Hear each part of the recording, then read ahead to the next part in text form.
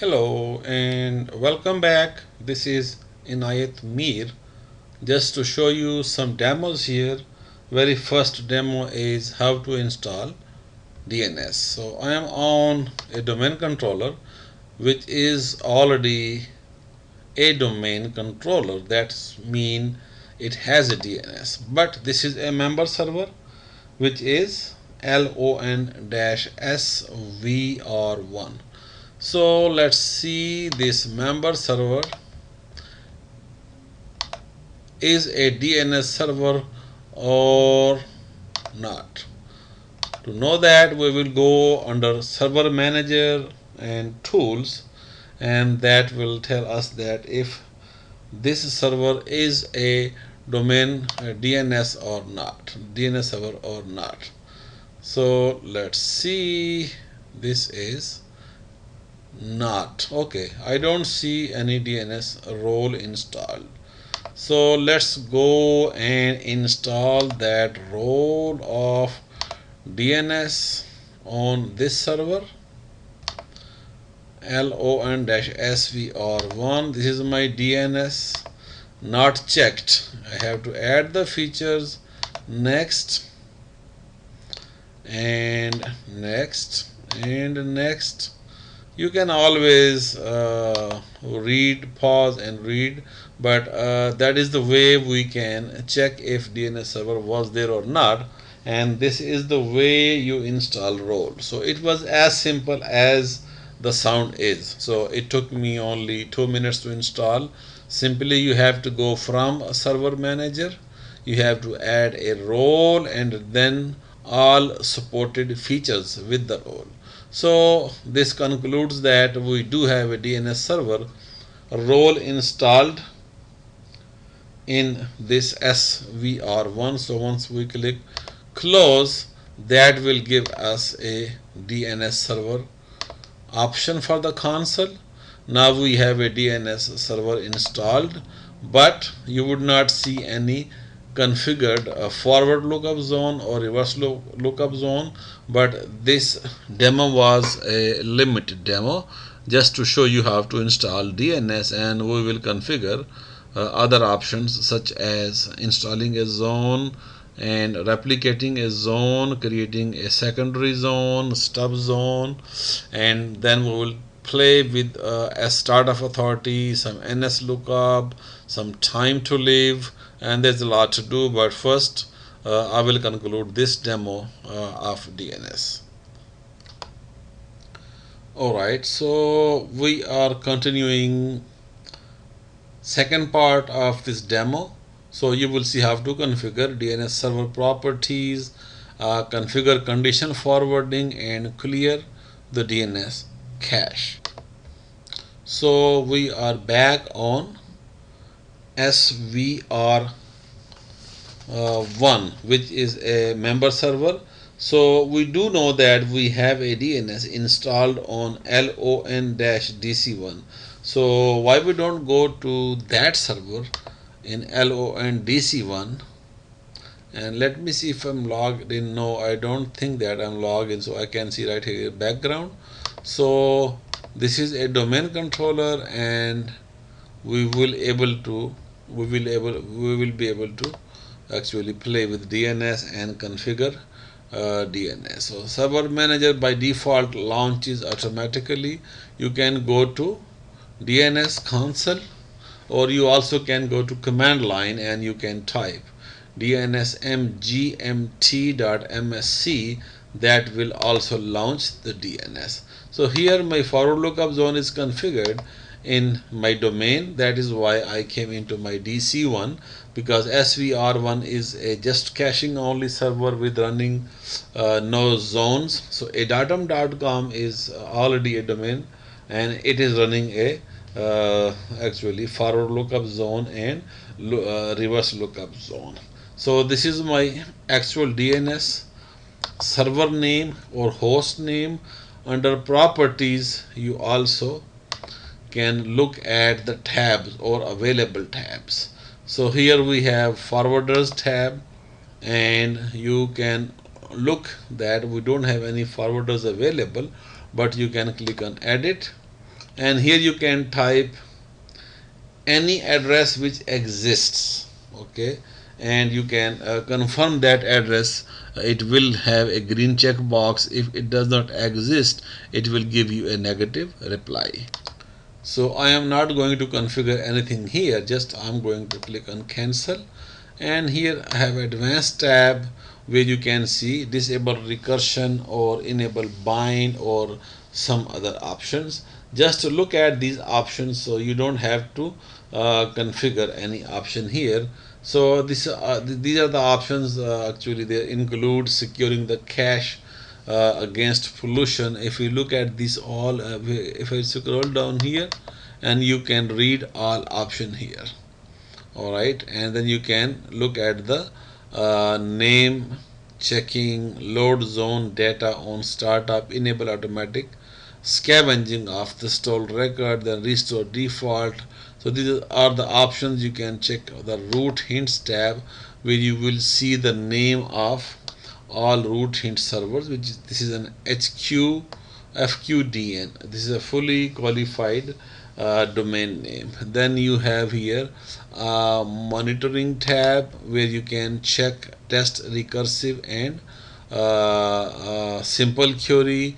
Then you have a security tab here where you see that permission. So who has what permission? So once you install this role, you have some automatically groups created in Active Directory, but by default you have these domain admins group, full control, or enterprise admins, and domain admins. So we have full controls available. So under the event logging, you can actually configure this event logging option, and you can customize, and then you have this other option which is your debug logging. So where you can enable filters, and you configure when you enable packet log packets for debugging, and then you configure whatever you want to configure, and you can make a change here or changes here as you wish. So I'm going to cancel this one, and let's look for conditional forwarders and how you're going to add condition forwarders.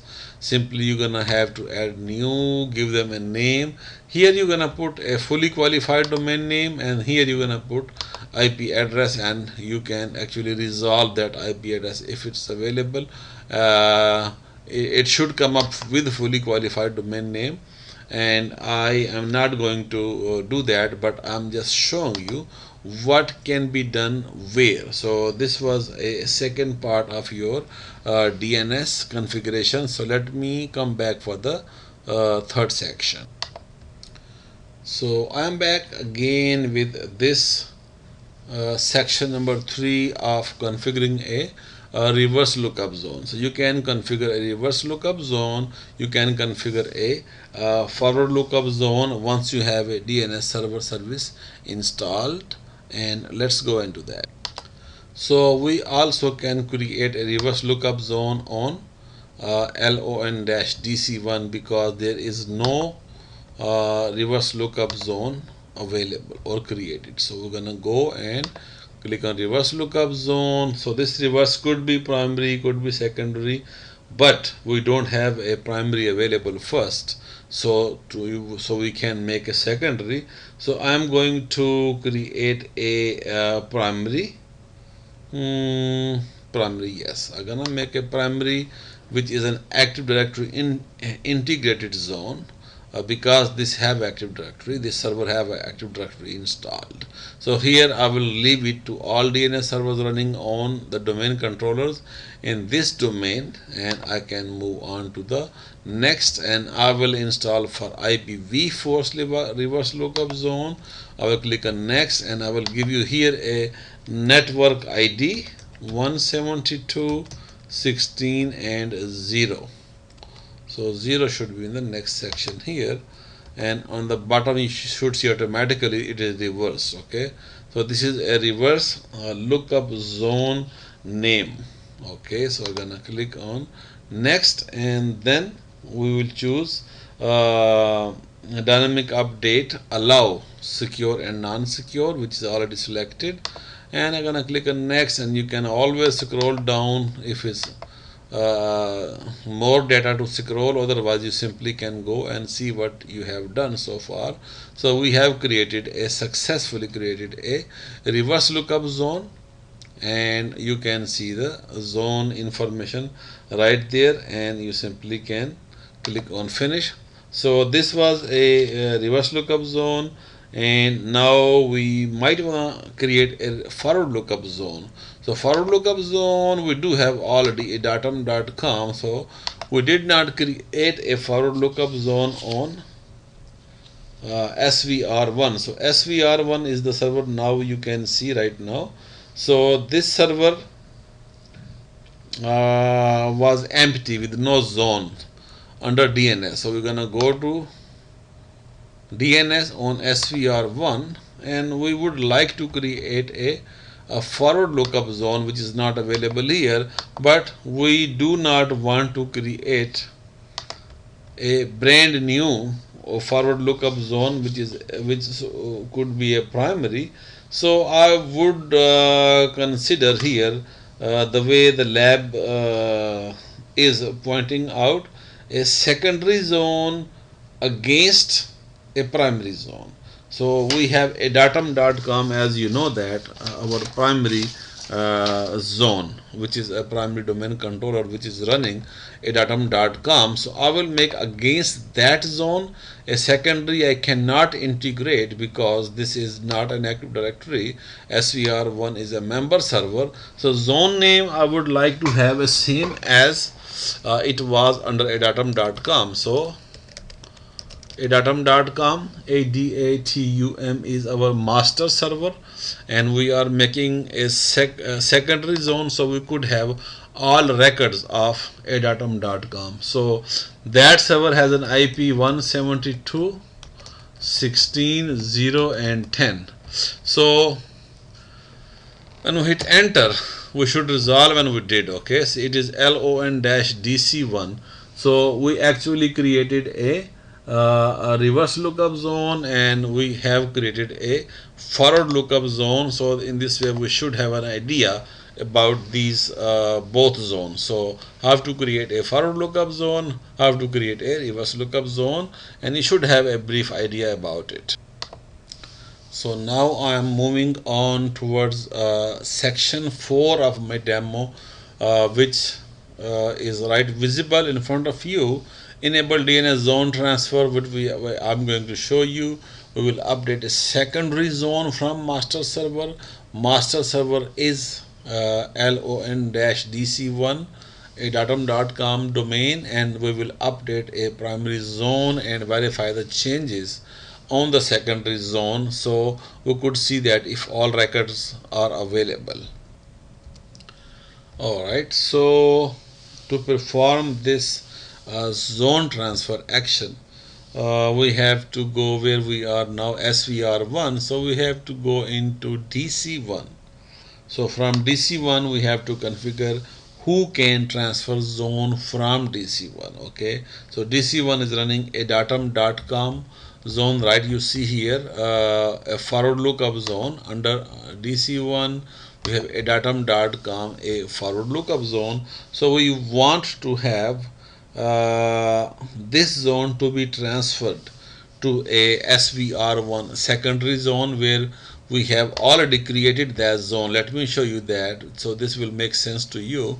Currently this is a datum.com zone, but not showing any record. See, is zone not loaded by a DNS server. So you know the reason, because we did not allow from our server so this zone can be transferred. So to do that, we have to go and configure our zone transfer option. Under the properties, we are looking for zone transfer options which are not allowed. So we have to allow this one, right? Allow zone transfer, then only to the servers listed on the name server tab, and under the notify we have to choose the servers listed on the name server tab. So we're not gonna actually allow everyone to have this zone name server configured. So here we configured that zone transfer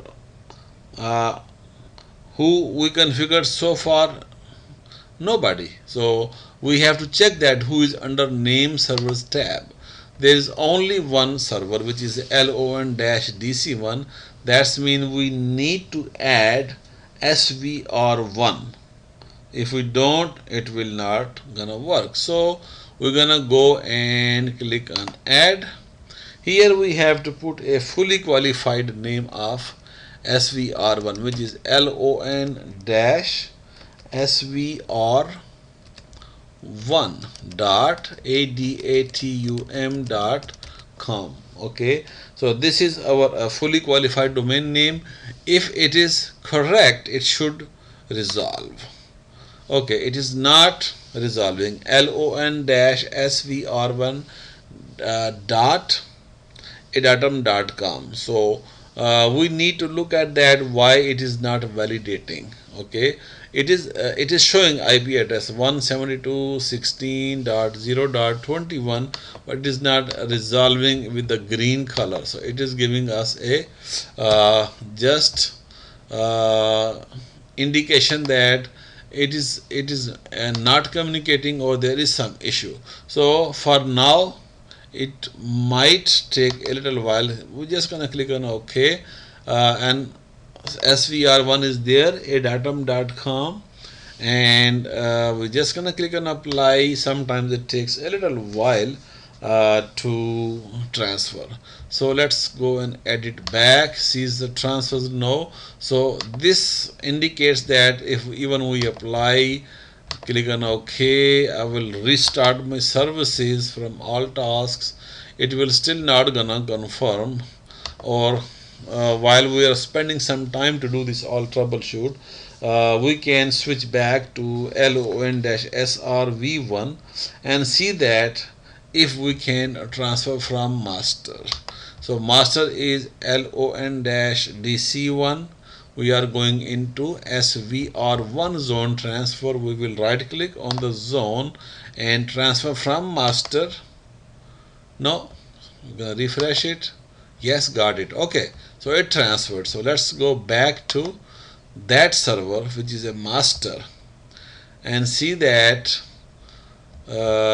we have this issue resolved. You go to our primary properties and zone transfer tab, and we see that who can transfer, whoever is under name servers tab.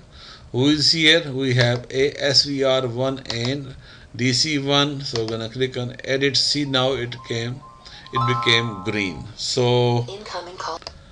Sorry, I had to attend this call, came in between while I was recording. Anyways, you have seen that how this worked actually. So it resolved when I applied. Actually now zone can be transferred from this DC1 primary zone to SVR1 secondary zone, which we have there. So whichever record we have in that end is available under this end. So that is the beauty of this security. So you can transfer a zone like that.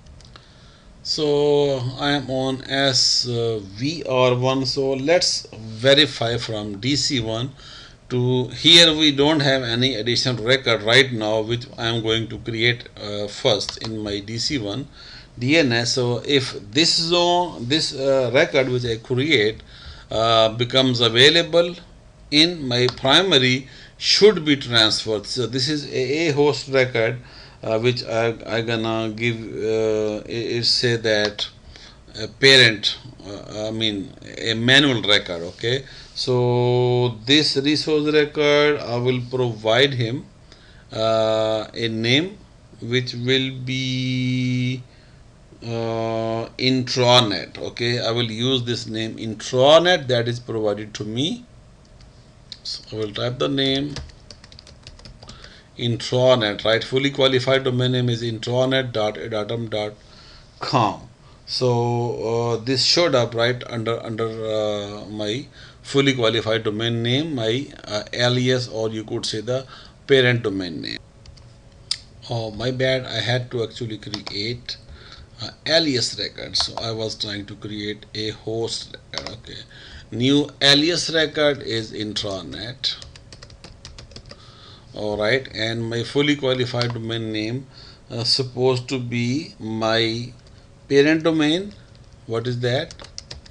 LON dash DC1. Then my domain name dot adatum.com. Okay, so we just created this new alias or canonical name intranet, and my fully qualified domain is lon-dc1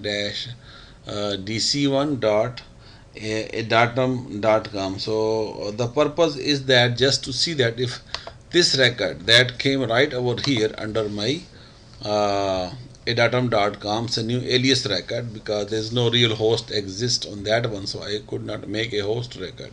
So let's see that if I refresh my DNS here and then refresh to the other end. The best way I would always say that is you can restart the services and console will get an update. Alright, so now this record should be transferred to the other end. So what other end is? SVR1, where we have these DNS records available. So far I don't see it. Let me refresh it. Did not see it. Refresh it again. Did not see it. Right click and transfer from master. Okay, and refresh. And refresh is not working right now. Again transfer from not reloading. It's taking a time. It's not refreshing. It is in the background running. You will see in a while it will refresh, but it is trying to pull the records because here we want, oh, got it here, intranet. Okay, we got it. So we can't refresh anymore because it is refreshed now. So I am on, if you can see on the top right here, on SVR1. So SVR1 actually reloaded that record. So whatever we had in our primary zone, we have in a secondary zone. I just created one record and I was able to see that record. So this was a section 4 of this demo part, and let me go if I see that if I can provide you one more section as a demo. Here we go, and we have these few demo steps to perform to show you how to configure a time to live and enable and configure scavenging and aging.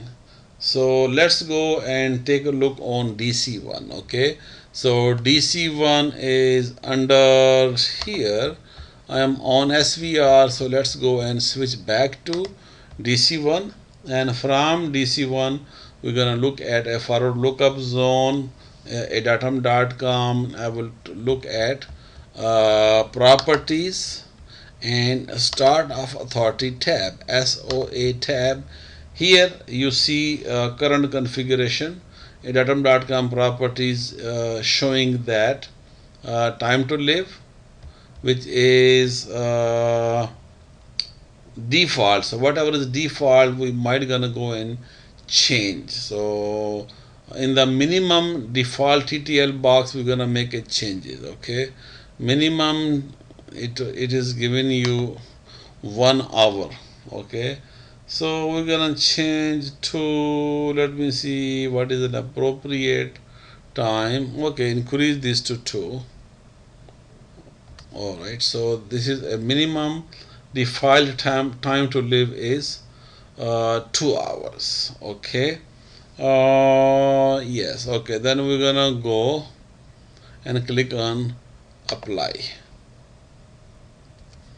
Alright, so I will click on OK, and now we will go and work with aging and scavenging. So I'll go into my server name, right click, and I would configure and set aging and scavenging for all zones, which includes a forward lookup zone or reverse lookup zone or whichever zone is available. That is actually I'm going to configure. Okay, so we have this aging and scavenging properties available. So so we're gonna go scavenging stored resource records we should check this box. Meanwhile, you can read the information, and you will see that no refresh intervals time and the refresh interval times and its definition. So I just simply enable this scavenging stall resource record. So just gonna click on OK to make it happen. It seems like I lost my connection. So let me see if I can restore back, and we'll get back to you. Okay, so I'm back. I just troubleshoot my issues. Okay, so we will actually look at this one now. In this confirmation box, I will apply these settings to the existing Active Directory integrated zone as well. Okay, yeah, I would like to do that, and I will click on OK. And that was my section number 5, where I configured my aging and scavenging. Aging is when you think that what is the time limit you can provide to your stored record, and scavenging there is that when you basically, when a record get or stinked, you want to get rid of that record and you scavenge the record. So that's what was the part in that one. So let's see if any other section which I can show you for this. I so far showed you 5 different sections, and let's look at the section number 6 if it is any. So let me come back and look at my slide. So we have this nslookup section left over. So it is very simple and easy. We can go into our server, and this is DC1. So we can launch a command line from DC1. So you can go to start menu, or you can also just simply type C Charlie M Mary D as in David, and here you can type this ns lookup command, and I will tell you what this command is and how this command works. Ns lookup. So then you're gonna put -T. You can use a T for LON dash svr1 dot adatum.com. So we are on DC1 and we are looking for this -T command. So with the -T, what we want to actually look for the type. So I will say T space CNAM. So canonical name, you know that we created one. Canonical name, hit enter. Is not recognizing. Let me use -A. -A also gives you a same CNAME. Okay, that was a misspell, for example, in case, but I will go back to change it to -A, and then I will fix that spellings. Okay, invalid is not giving us this.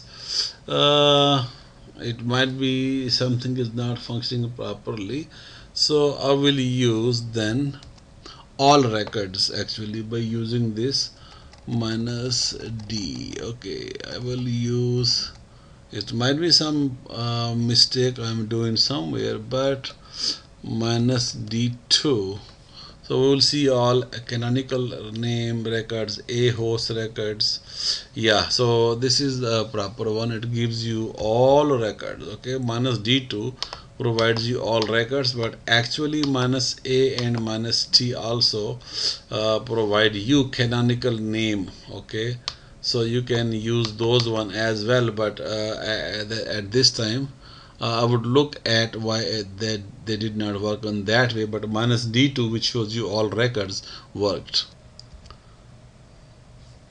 And let's go click back and look at those where we had some error. Okay, -A didn't work, -T did not work, so We don't have to go through this, but I'm just curious that